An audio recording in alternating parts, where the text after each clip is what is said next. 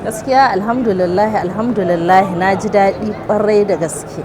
saboda ita hidima inda ta maraya ce ba abun bari ba ce ba. Sannan yaran nan marayun nan tsakani ga Allah suna da ban tausayi ba ƙaramin ban tausayi ba saboda za ka gan su ba ma sai an ce maka marayu ba sun nuna su marayu ne kuma al'umma ya kamata a ce mun taru mun haɗa hannu mun taimaki yaran nan saboda dukkansu 'ya'yanmu ne ba wai wani laifi suka yi ma Allah ya ɗauke iyayensu ba sannan ba mu san halin da suke shiga ba Allah kaɗai ya san halin da yaran nan suke shiga sai wanda ya damu ya bincika ya sani ko kuma yake ƙoƙari ko yunƙurin ya taimake su amma gaskiya wannan al'amari na marayu abu ne wanda yake taɓa zuciya abu ne wanda kuma ya zama wajibi nake ga kowane musulmi ya zamana ya shigo ya yi iyakar ƙoƙarin shi kuma na ji daɗi wannan mai gemu foundation ya buɗe hannun wannan ƙungiya ta shi cewa duk mai so ya taimaka ta kowane ɓangare shi a shirye yake don a samu a ƙara yawan taimakon da ake ma marayun nan yaran nan sun ji daɗi su da iyayensu mata sun yi farin ciki sun yi murna kuma muna addu'ar Allah ya shirya waɗannan yara Allah ya albarkance su Allah ya sa su ma wata rana su tuna da wasu su tausaya musu su taimaka musu kamar yadda aka taimaka musu.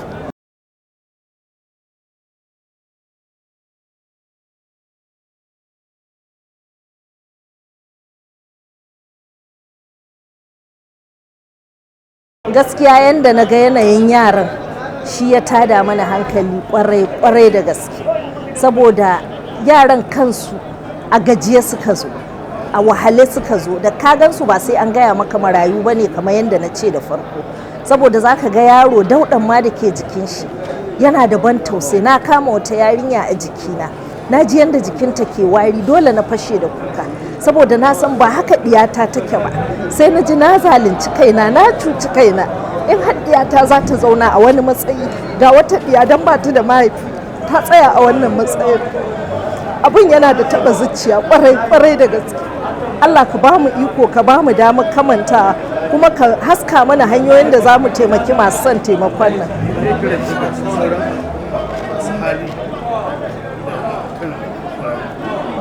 Gaskiya dukkanmu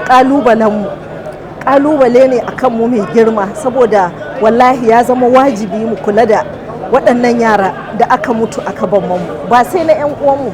ba sai na 'yan unguwanmu ko na 'yan garinmu ba duk wanda kuka haɗa babban ruhun nan ta musulunci to ya zama wajibi a taimake shi ina kira ga masu hannu da shuni da masu faɗa aji da dan Allah dan annabi a yi tsarurruka masu kyau waɗanda za su taimaki musamman marayun nan hatta ga gwamnatoci a yi dokoki da tsare-tsare waɗanda za su taimaki marayun nan sannan su kansu 'yan majalisun nan ina ƙara kiransu da babban murya da dan Allah dan annabi su shigo cikin wannan hudodin su haɗa gwiwa su ga cewa a majalisa an samu wata babban runwa ba wai a ƙaramar hukumar kankiya ba ya zama na dukkan ƙananan hukumomin nan 34 da ke jihar Katsina ana aiwatar da irin wannan aiki na hidiman marayu in Allah ya taimaka shi wannan dan majalisa ko kuma in Allah ya sa majalisar nan ta tsaya duk wanda Allah ya ba shugabancinta muna kira gare shi da ya kokari ya haɗa kan 'yan majalisun nan don su rika irin waɗannan abubuwa su ma su zama abun koyi ga wasu 'yan majalisu na sauran jihohin arewacin Najeriya.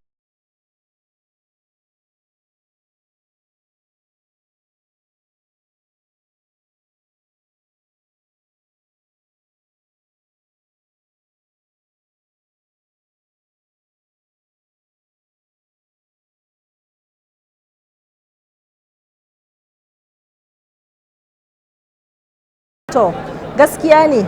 akwai dokoki waɗanda za ka ga cewa in sun taho yawanci daga national suke tahowa akwai dokan nan da ake ce ma Child Right Act na yi fafutuka kanta kwarai da gaske kafin a aiwatar da ita kuma alhamdulillah wannan doka wadda take ba yara 'yancinsu da haƙoƙinsu an aiwatar da ita a jihar Katsina mai girma gwamna ya sa mata hannu a 2021 aka samu wannan doka hannu har an yi kwamiti wanda zai implementin wannan dokai to amma dai kuma gaskiya kwamitin ne bai fara aiki ba bai implementin wannan dokar ba so shi yasa muke kira a wannan gaba ga su gwamnatocin dan Allah irin waɗannan abubuwan da suka shahi al'umma kai tsaye, musamman waɗanda ke da bukata ta musamman irin marayun nan, idan an yi irin waɗannan abubuwan ya kamata a ce an tsaya an ga an aiwatar an tabbatar da shi saboda abun ya kai inda ya kamata.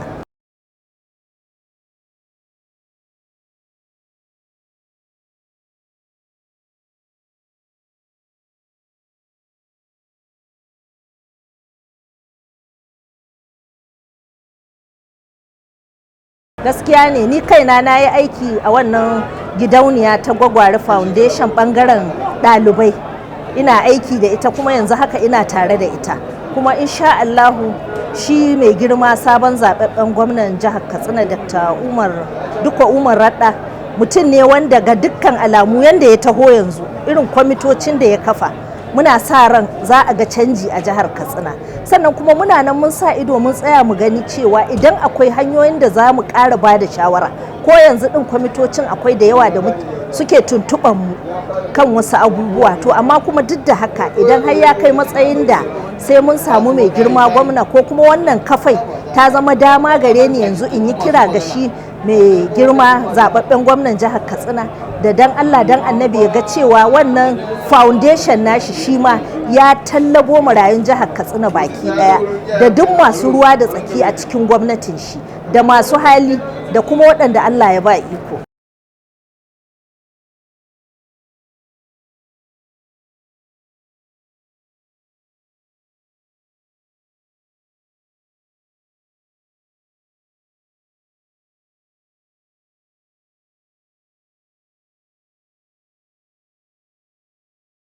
Wato abin da muka yi, kasan wata sa'a kahin ka kai ga kiraye-kiraye ga mutane, kai kana fara wani abu